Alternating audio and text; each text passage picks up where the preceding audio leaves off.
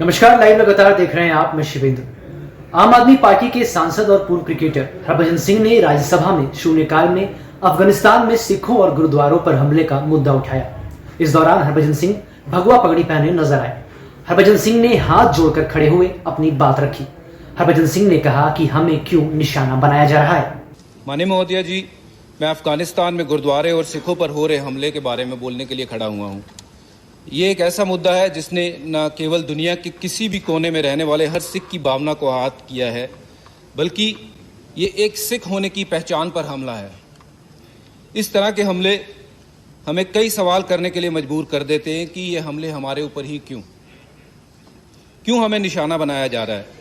दुनिया भर में गुरुद्वारे, चाहे वो कोविड के दौरान या गुरुद्वारे ही नहीं थे, वो भोजन और हर तरीके की चीज़, ऑक्सीजन को लेकर के उन्होंने हर तरीके की चीज़ लोगों के लिए उपलब्धित की थी।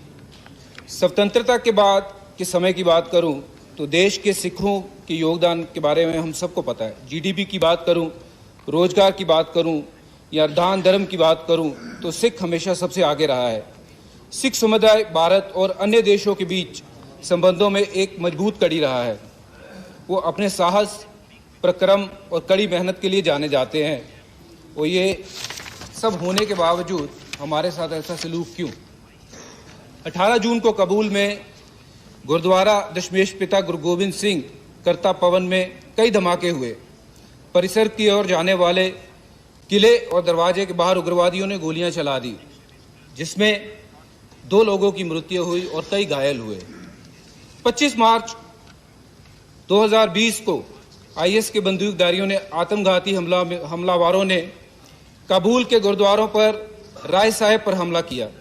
बताया जाता है कि इमारत में 200 लोग थे, जिसमें बच्चों समेत 25 सिखों की मौत हुई। राय साहेब गुरुद्वारा हमले में मारे जाने वाले जो लोग थे, उनके अंतिम संस्कार के अगले दिन फिर और एक हमला हुआ। 2018 में एक आत्मघाती हमलावरों के पूर्वी शहर जलालाबाद में एक सभा पर हमला किया गया। उसके बाद सर, मैं आपको बताना चाहता हूं कि अफगानिस्तान कभी हजारों सिखों और हिंदुओं का घर था, लेकिन दर्शकों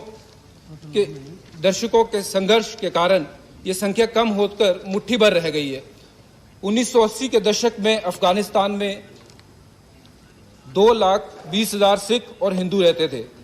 1990 के दशक की शुरुआत में ये आंकड़ा गिरकर 15,000 और 2016 में गिरकर 1,350 हो गया है। जलालाबाद के हमले के समय 1,500 सिख थे।